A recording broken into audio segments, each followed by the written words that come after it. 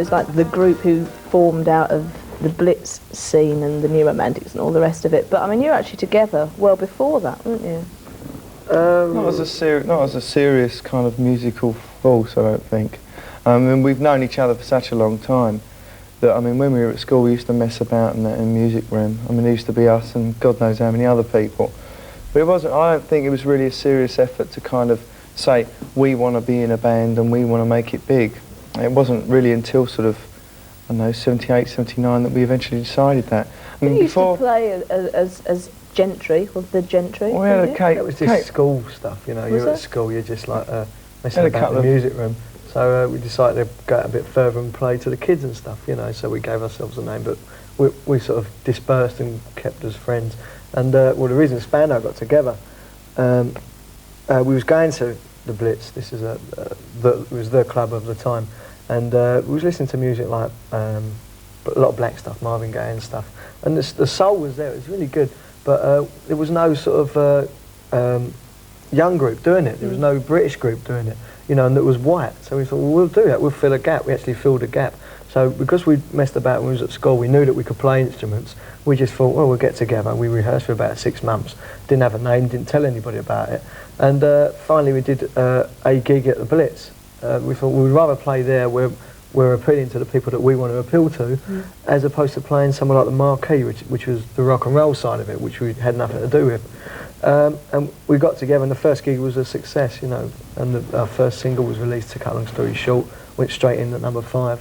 But we created a buzz around us because it was so different to have a young group that was white playing semi-funk music.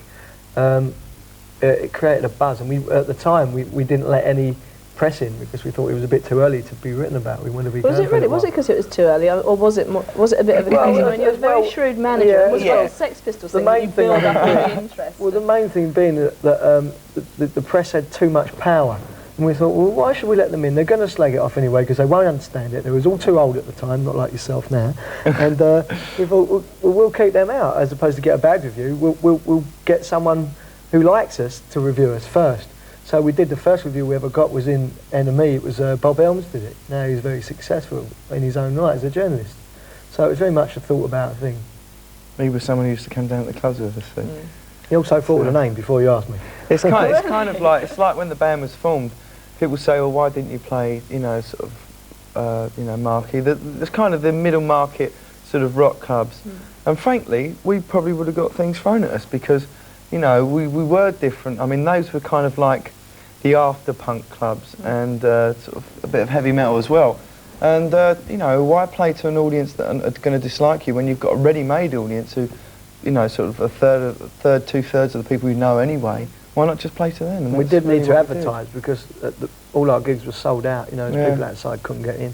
See, with us... And then people call you a cult band. That's the other funny thing. When a band first starts off, I mean, the maximum sort of audience you can play to when you're sort of just started is probably 200, 300, 400. And everyone goes, oh, that's a cult band, that is, Why don't you play the Hammersmith? You played Hammersmith when you just started. You know, we hadn't signed a deal or anything. We had very little publicity. But you look back on that era, you know, all the extravagant clothes, everybody running around in knickerbockers or kilts or whatever. Oh, is there anything that's bloody funny? Is there anything that really embarrasses you that you wore or did or said? If I think now about, I used to wear a kilt, and if I thought about wearing it now, I wouldn't do it because fashion isn't that extreme at the moment. It was very extreme at the time, and in a way, I suppose we wanted to put forward fashion as well as our music. It was hand in hand, and we did that by being as most outrageous as we could, which was quite normal for us, you know, because that was the sort of fashion at the time. Nowadays it's a bit more calmed down, you know. But going back to our venues and stuff and the people that go to see us, when you're at school, there's sort of two types of people. There's the type of people that like to look good, like to dress up and attract the opposite sex and impress their mates. Then there's the old school, which are the people that go to see rock concerts. You know, they just wear the same jacket, denim jacket or something. Yeah. And we was more part of the other side of it. We didn't go to see rock concerts, but went to discotheques and clubs. That's the difference. Yeah.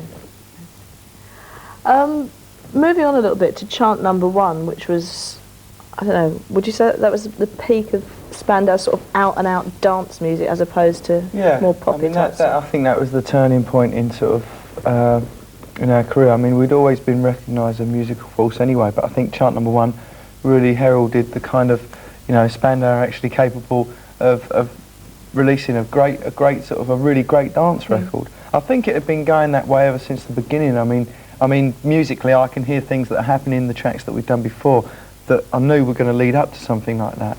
And it was, what number they got to? Number 3, didn't it? Got to number 1 in all the charts except the BBC chart. That's it, yeah. But I mean, it wasn't something we thought about. We didn't think, well, let's do this really heavy dance track and we'll go to the top of the charts.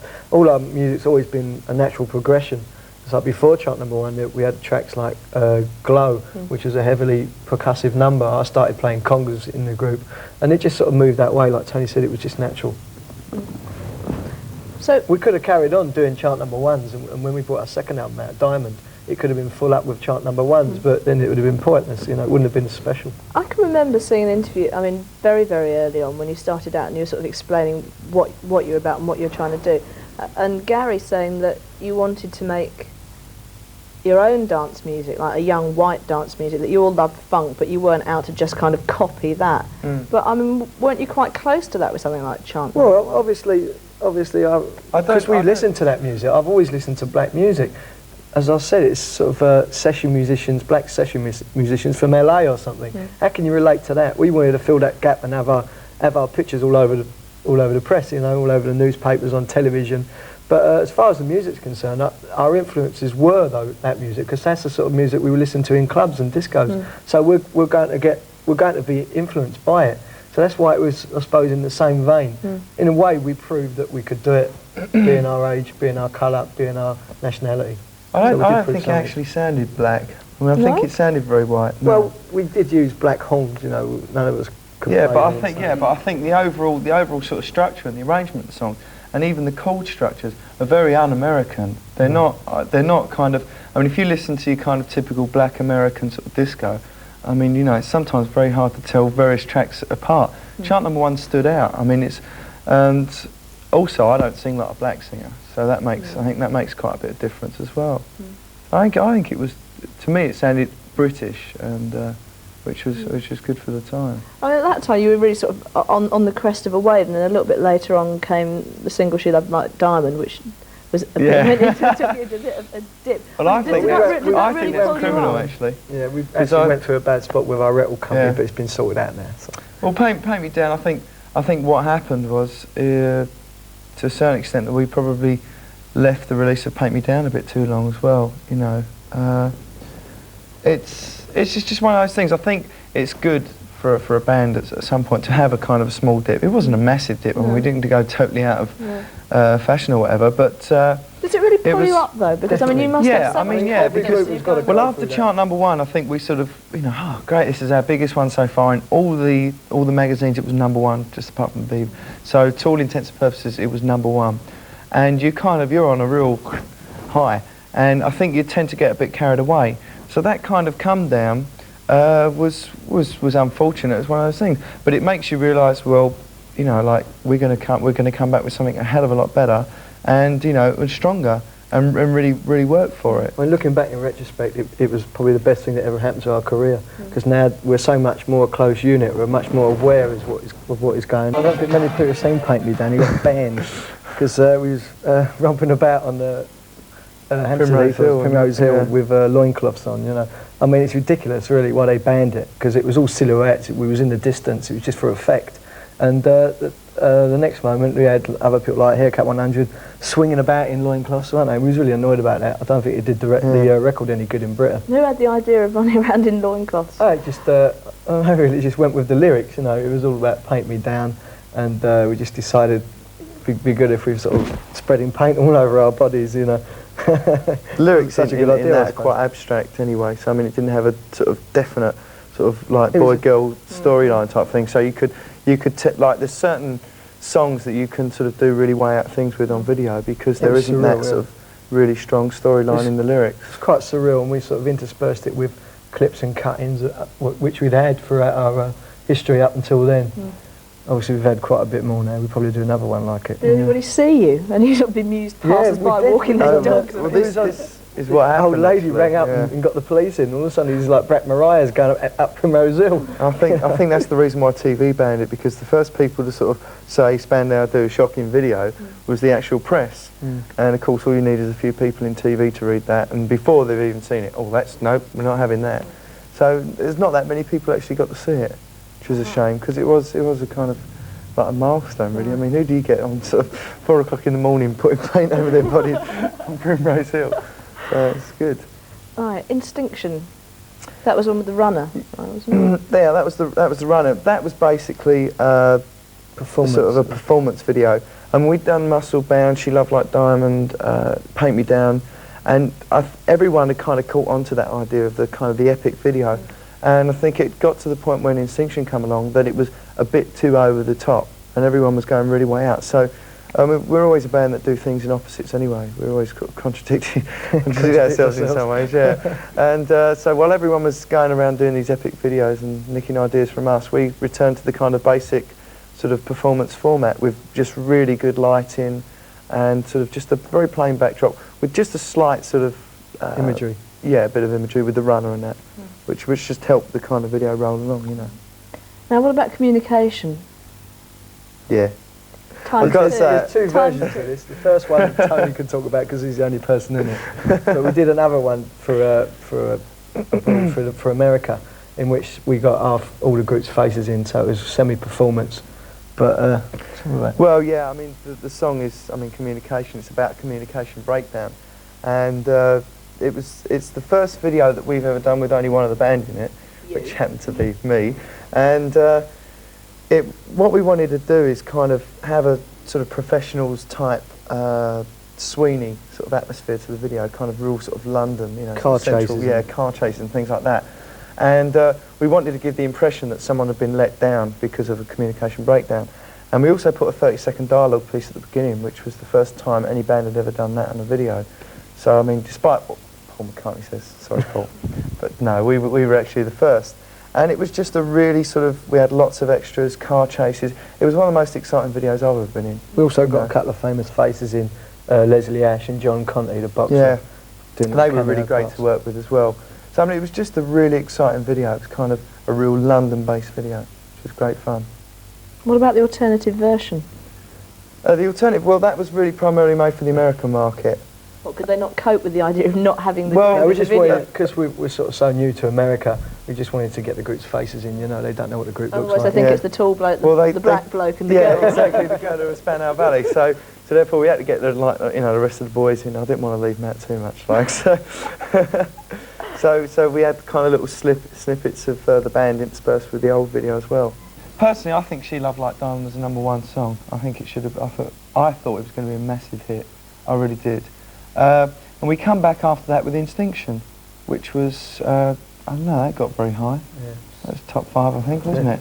Which was another, you know, we came back. We said, you know, we'll build it up again. And we did. We come back with a blinding song, went on tour shortly after that, had a sell-out tour, which went fantastically. And it wasn't really until about, I think, 9-10 months after that we recorded True. So there was quite a long sort of, you know, long gap. And, I mean, I don't think True wasn't a sort of, let's make a commercial album as such, you know, let's break the world with a commercial album. When you actually release material, when material is written, it's depends on what you've done the past year, how much, what sort of promotion, how much you played live. Generally, the whole feel of the year goes into what you're producing and what's being written. So, True, I suppose, was a reaction over what had happened that past year. I suppose everything was really heavy to begin with, and it sort of it slowed down a bit for us. So we went in with the sound of True, and also where you record an album has got a lot to do with it. We record it in the Bahamas, which is very laid back, and you know, everyone walks around. Someone do something and they'll do it 3 days later, you know. And yeah, so the feel of it was because it was so laid back. I think the albums tended to sound like that. We did a latest one, Parade, in Munich, and in like a sort of a bunker somewhere, but and it was very much more aggressive. We was going out to like clubs, so I suppose that'll have a feel with the album. How come you didn't do any video shooting when you were recording True? Because you'd got an exotic location. I wish we had done. Yeah, it's time really. We had the studio booked for so long, about 6 weeks or something, and we could only do as much as we was working really hard in there. We didn't actually finish the album in the Bahamas. We had to come back and do it in West London somewhere, so we didn't have any time. Yeah, so the video for True was fairly straightforward, wasn't it? Yeah, that was. Yeah. I love True because it's the lighting. I love the lighting on it. It really appeals to me. I think, I mean, because True is basically a love song, it would have been a bit over the top to have done boy meets girl, falls in love, that type of thing. It's been done a million times before. So we didn't exactly want to put a heavy storyline behind it. And at the same time, we didn't want to do sort of, you know, take the mickey out of ourselves, you know. We felt really strongly about the song, and it was the slowest song we've ever done, and the most kind of love-orientated song we've ever done. You're going to have to play a romantic lead one day, though. Yeah, well, I will when I get into, get into acting and things, a few years' time. Yeah. But yeah, I mean, it was just, we just really wanted to capture the sort of the band in really great lighting, and really just bring the song along. You know, just really another performance video, and but the lighting for that was exceptional, and I think it came across really, really well. No, nothing like that.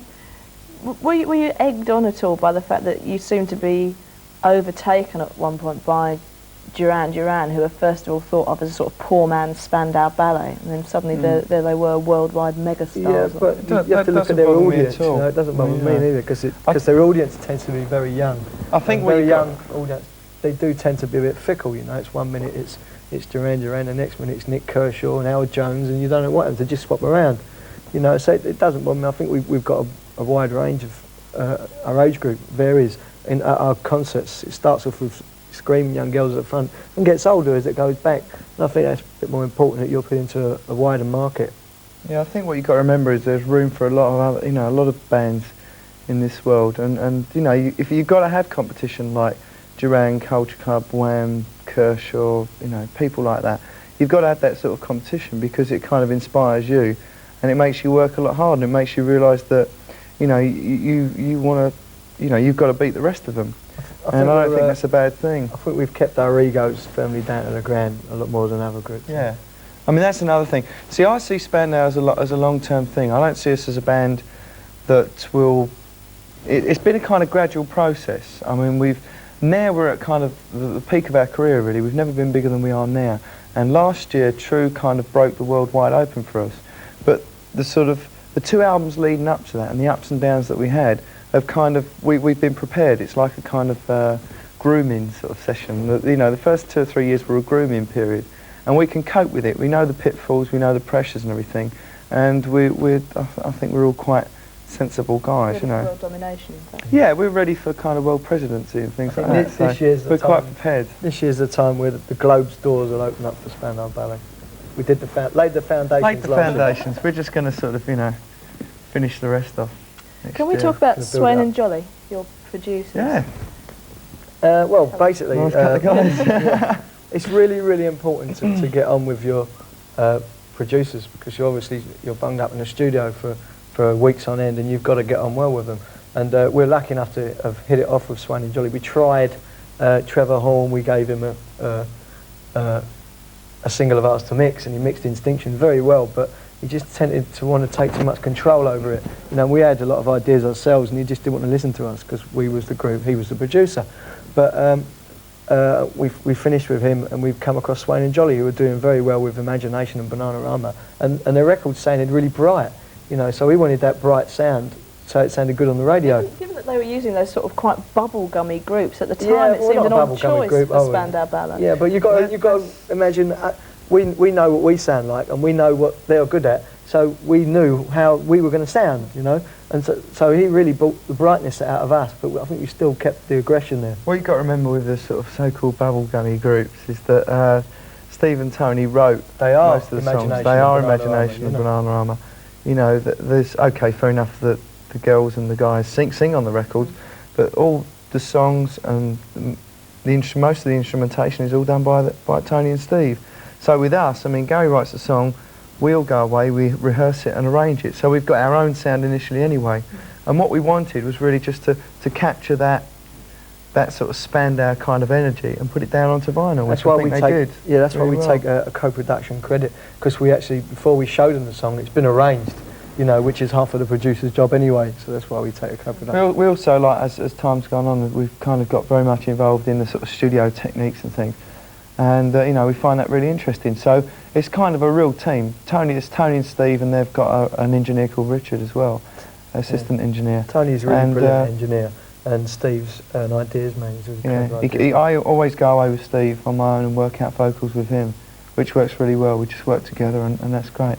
But it's a great team, and it works really, really well. And I'm sure we'll be doing the next album with them as well. What happens, I mean, given that Gary Kemp writes all the songs for the band, how does he actually present a song to the group? What is that? He sits down with an acoustic guitar. He comes down and he says, "Oh, I've got this new song," and we say, "Oh, great." I say, "All right, I haven't got many lyrics for it yet," or something like that. And he'll sit down and he'll hum it and sing, you know, a few words that he's got. And that's it. So far, we've never said, "Oh no, that's awful." I mean, he's a brilliant songwriter, and that's his game, and he's good at it. Yeah, I mean, where does it go from there? I'm quite interested in this process. It's sort of from there. It kind of starts. The next thing you start doing is the drums, and John will start working out a drum pattern that will fit with the kind of rhythm of the song.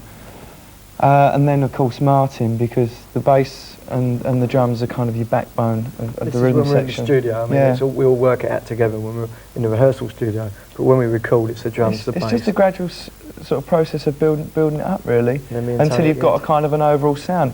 And once you can more or less go through the song from start to finish, you then find that there's little kind of gaps and there's things that you need to change, maybe slight arrangement, you know, problems or whatever.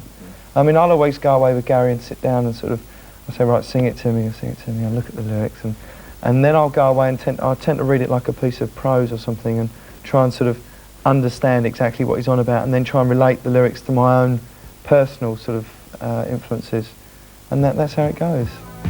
Where did you go to do Gold? Spain, somewhere. That was half of it was done in Holland Park. My bit was done in Holland Park. He went to Spain. I went to Spain.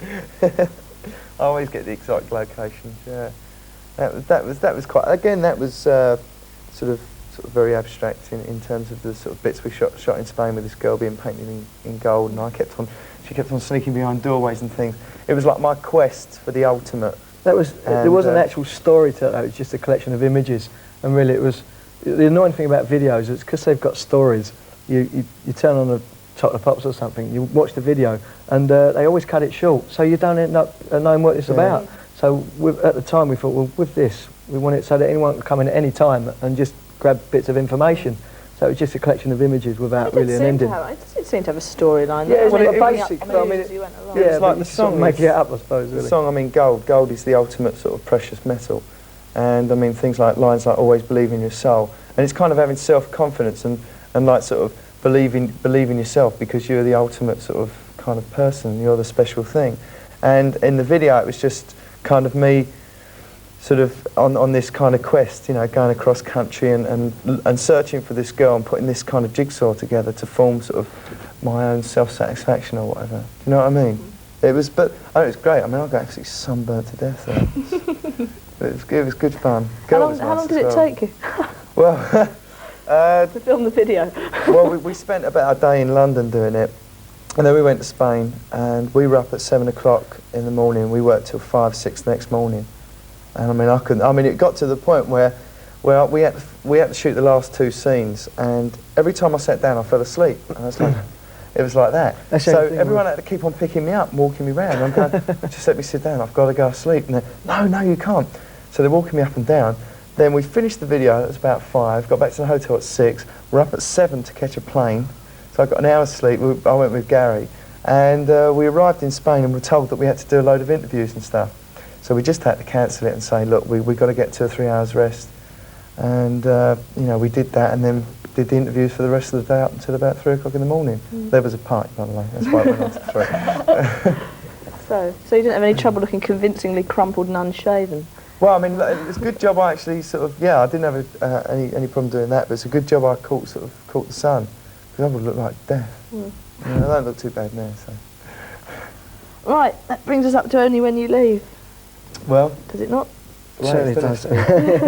Yeah, this is mainly, it's at the time where we're not going away for exotic ones. We'll probably go away somewhere exotic on the next one, but we've just done it in a studio, I don't know where it was, Battersea or something, but the lyrics are about revenge, really. So we had this idea of using Hitchcock's imagery in the video, and also us as a performance. So it's like interspersed with the two. How do you mean about the Hitchcock imagery? There's bits and pieces, little scenes nicked out of his films. You know, any fan of Hitchcock will spot what films what. Yeah. You know, I don't know many Hitchcock films. I mean, he always kind of had a cameo role in each of his films, and we just thought it'd be a nice idea. Does that mean he pops up in the video? Not the actual, the Hitchcock. Yeah, I mean a lookalike guy. It's you know, it was just. I think it's just nice to sometimes throw people off the scent. I mean, you know, you've got the band performing and everything, but it's nice to kind of just intercut with certain sort of other images, which people go, you know, what the hell's going on there? I mean, there's like a guy walking past with an umbrella, and you think, oh, what's he got to do? But it ties in with the next scene where I'm sort of in this sea of umbrellas and things like that. It's good that when you watch a video for about 4 times, you're still picking little bits out you never saw the first time. I mean, I can't stop watching it. I actually think it's one of the best we've ever done. I mean, I was really pleased with it. I mean, the ideas with that basically come from Simon Milne, because at the time we were recording the album. He's the director, yeah. And we were recording the album, and it's one of the only videos really where most of the ideas come from the director, because we just didn't have time to sort of, you know, get it all together. And he came up with some great ideas, and we talked about it and juggled them around and got this format together, which works really, really well. We got sort of, I've got my leading lady again, which is very nice. There's a little romantic kind of episode, and we got a couple of little kids in it as well. But it's great. It all ties together very well. But have I not read in the press recently that for the new album you've got a really, really spectacular sleeve, and that this is a sort of something that you wanted to do because it's an area that's been neglected, and everybody's overemphasising video. Well, it's just that it's like I said earlier on. People tend to concentrate all their effort into one thing, one bit of promotion. It's really hard on everybody's part to sort of cover all the areas. I mean, it was easier for groups like the Beatles. They didn't have videos and things. And, you know, their album sleeves were just a shot. But you know, nowadays we thought people are neglecting it, so we'll go into it a bit more in depth. We did a photo session. We built a model for it. I don't want to give anything away, you know. But it's a bit more spectacular than what's going on at the moment. I think that's the problem. I mean, sort of where like video came into being sort of really trendy. Everyone went videos, grab, and everyone went, you know, absolutely over the top on videos. And you know, it does get to the point where they do get too confusing, and they can be a bit too over the top. And you know, I think even we realised it ourselves. We've always been conscious of our album sleeves and always taken a lot of time. But we sort of, you know, you look at it and there's a lot more you can do with it. And that's what we've done. We've seen the potential that is there. I mean, other people have done it before, but I think over the past few years it's kind of, oh, well, let's just slap a shot of the band on without really thinking about it. Did you have much to do with the putting together of Spandau Ballet over Britain? The video that people can actually buy, the in-concert one? Oh, of course. Yeah. I mean, well, the whole idea of the video was ours, basically, you know. It's just all the director did was, or the producer was put them together, you know, when it was us on stage. So we thought, well, why don't we film it? So we sort of brought out the best sort of characters on the stage. Each one of us on stage has got their own little parts that they're good at, you know, and so we just a matter of bringing that out. But it's, I mean, you know, like we were down at the editing suite and everything, making sure everything gets together. It's actually one of the hardest. I mean, you do a video and you're just sort of, you've got to put a 3-4 minute thing together. When you've got to put an hour-long special together, I mean, you've got so much film, and it's you've got to make sure it matches up correctly, all the lighting and things like that. And that was quite difficult to sort of edit together. Would you like to give us a hand putting this together? No. We were talking about your recording in Germany. Well, why choose Germany? Well, because I think Spandau's the sort of band that does things in opposites. I mean, you know, last year it was the Bahamas, the sun, sea, sharks, tarantulas or whatever, and this year it was a kind of a busy city with, you know, it's a real focal point in Munich, which is a really kind of, you know, it's an up city with loads of clubs, lots happening. You know, it's just, you know, like the Bahamas was, as Steve said, very laid back. I mean, it was kind of, you know, so laid back it was practically asleep, you know, and Munich was totally the opposite, you know, really kind of frenetic, sort of like London type thing. When we record, we always like to get the best possible studio. Munich had the best outboard equipment, which is echo units, harmonisers, you know, the effects that go onto an album. We sent over the producers over there, and they said it was great, so we went over there. But it's pretty near to our home, so we could pop backwards and forwards. We couldn't do that in the Bahamas, obviously. We were going to be away so much this year. We appreciate the couple of days you have to go back and see your mum and dad. Yeah. Well, how much has this busy city thing influenced the sound of what's on the LP then? Well, I think that, along with the fact that we played live an awful lot for the first time ever, really a hell of a lot last year, has had a big effect, because I think the album is much harder. I think just the overall sound, the arrangements of really a lot, I think, are a lot different. Yeah, because you learn things on stage and you know what the audience like and what you can get away with. And that sort of aggressiveness that you've got on stage and that pure energy, I think has gone down on tape as much as possible. I don't think it's been disassociated itself with True. It's more, it sounds similar to True, because Spandau Ballet did True, we are Spandau Ballet, and we're doing a new album. So it sounds like us, you know, but it just seems to be a bit more of a progression. It's a year later, you know, so it's bound to be.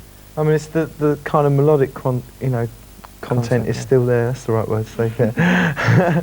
It's still there. I mean, the songs are still great, and the arrangements are Only still When great. You Leave sounds to me very much like the stuff on the show. I read your review of that one, yeah. Yeah, I mean, there's nothing wrong with that, but I don't detect that hard, busy city edge on that. Well, I think if you listen to True and you listen to Only When You Leave, you'll find that it's a lot harder. I mean, because we've done that, and you know, sound-wise it is. But yeah, Only When You Leave is not the heaviest track on the album, and we thought it was a nice link-up between like True, Gold, Only When You Leave, and it was a kind of a nice pacer for the new album. So that's a compliment. And you know, so there is stuff on the new album. We could have come in with a heavier track. With. Yeah, we could have come in with a heavier track and just like, oh yeah, this is it, you know, and people would have gone, oh yeah, but it's so different. Steve, one thing I wanted to ask you is, I mean, what did you start out playing in Spandau? Was it guitar? Guitar. That's sort of my main instrument. Yeah. That's where I know all music through the guitar. I know structure of music, structure of chords because of the guitar. And when I play saxophone, I tend to pick the guitar up and then transpose it onto the sax. So you went from guitar, and then you do mostly percussion, congas and things, and then onto saxophone. That's I mean, do you pick up playing instruments really easily? Yeah, I do. For some reason, I wanted to be a drummer when I was a kid. So I was my favourite group at the time was the Shadows, because my uncle who had a stereo only had Shadows records, so I had to like them. And I remember turning the bins over like all drummers do when they were a kid and put knives on them. My dad bought me a pair of drumsticks, and I was over the moon. And the rhythm side has always been there, I suppose. And then I went on to the melodic side, which is the guitar, and I played that since I was about 13. And I still like the melodic side of things, but I wanted to express myself through the rhythm. So I was lucky at the time to have the melody and the percussion side. So I had both outlets covered. Then Gary sort of took over the guitar. I let Gary take over the guitar. It was a bit selfish, me having both.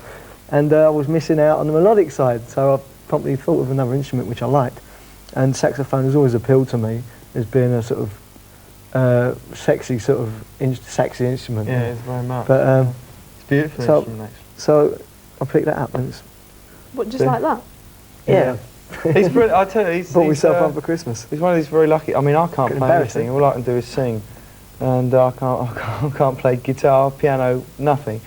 But Steve is lucky enough to be able to go, piano, guitar, everyone's got their saxophone. Areas. But what interests me is, I mean, you're obviously very musical because you can learn to play these instruments with such facility or whatever. How come you don't write? How come you don't write songs? I don't know. Maybe I'll try one day. Maybe someone. But you don't try. You don't secretly write songs at home. Maybe do you, Steve? I don't know. I haven't been through George yet, so. Oh, right. There'll be a solo album out next year. Is that a possibility? Can you see any of the group doing solo albums? Yeah, I mean, in years to come, yeah. I mean, there's Who's the prime candidate? Who will do a solo LP first? Well, Gary, because he's a songwriter, isn't he? So he's probably got material already. But I don't think Gary would, actually. At the moment, no one would, because we're concentrating so much. We've got so much to do. As I say, last year was sort of, the doors opened a bit. This year we really want to go in there and build it, and the year after we want to really put the final touches on it all, hopefully, you know. We've got too much. So there's so many ambitions all the time. There's too much work to do. I mean, we're kind of like, we're there sort of thing, and we can't let go of that. So I mean, we're going to be sort of doing our stuff, Spandau stuff, for the next, I would think, 2 or 3 years. And we're booked up to next spring, and that's sort of like not even covering half the world. We haven't been to Australia, Japan, we've never been over there, New Zealand. We've got to go over there because we're really big over there. Yeah, there's lots to do. I mean, there's an awful lot to do. People think people in bands don't actually work, but we do work very hard. And we do have our sort of lovely restaurants, lovely sort of clubs with, you know, champagne and things, but we do actually work very, very hard. And this year it's going to be a toughish year, I think. We're going to be doing a lot of shows.